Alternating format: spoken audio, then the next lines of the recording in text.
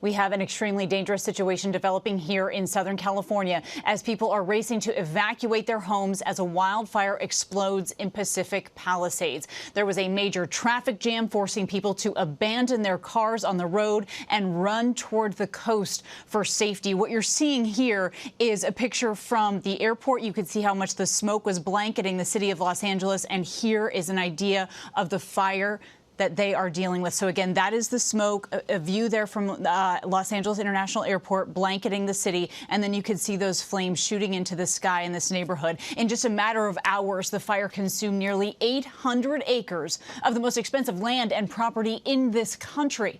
Weather conditions described as life-threatening, destructive, and widespread. The National Weather Service warning of extremely critical fire danger as Southern California experiences the worst wind event in over a decade.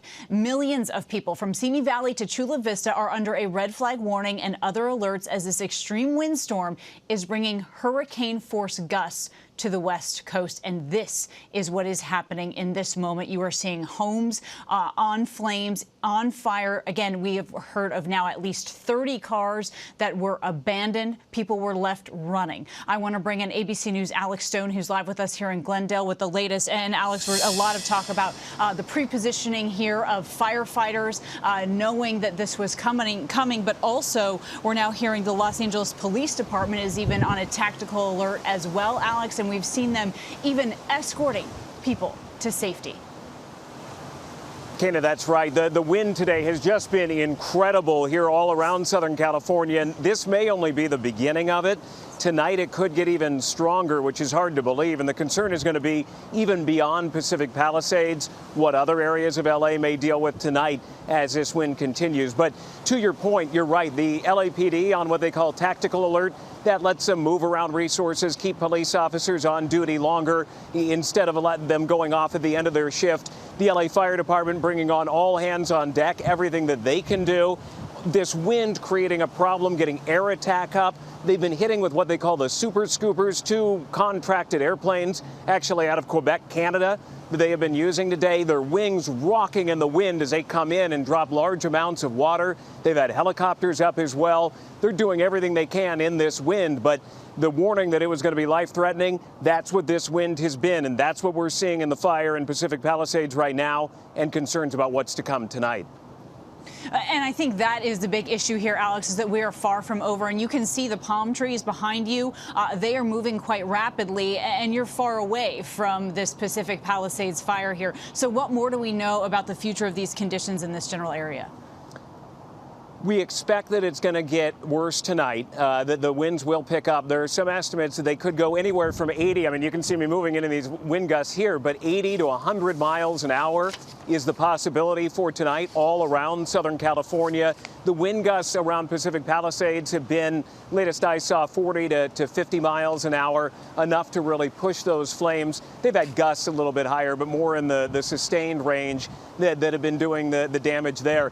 The question is, we don't know how many homes have burned. We know actors like James Woods has been tweeting with fire all around his home. It looks like he has not been getting out.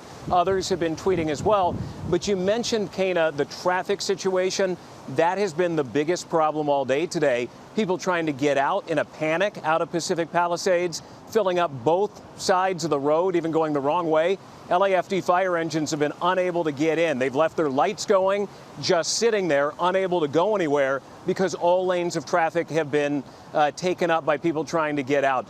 This is not to the panic of, say, the Paradise, California fire a number of years ago, but same situation where you have canyons, you have windy roads, people trying to get out and they're not able to get out. Firefighters are unable to get in, which is what we've been seeing today. They said a moment ago they're going to bring in forklifts and tractors to just move those cars that have been abandoned, that people have run away from, that they've just tried to run out of the area. They're now stuck there. They're blocking engines. They're just going to move them away. And to elaborate a little bit on what Alex was talking about here, and I'm hoping that we have some video to explain to people exactly what they're dealing with here. This is a part of Southern California where it attaches to the Pacific Coast Highway, and it's a 4-lane road that winds up into the mountains. It's extremely difficult to get hand crews into that area as well. And so as people were trying to evacuate, again, it was just turned into a massive traffic jam, and people could not get out. We are hearing officially that at least approximately 30 vehicles were left abandoned on Sunset Boulevard. Again, this is iconic Sunset Boulevard that drives right down to the Pacific Coast Highway.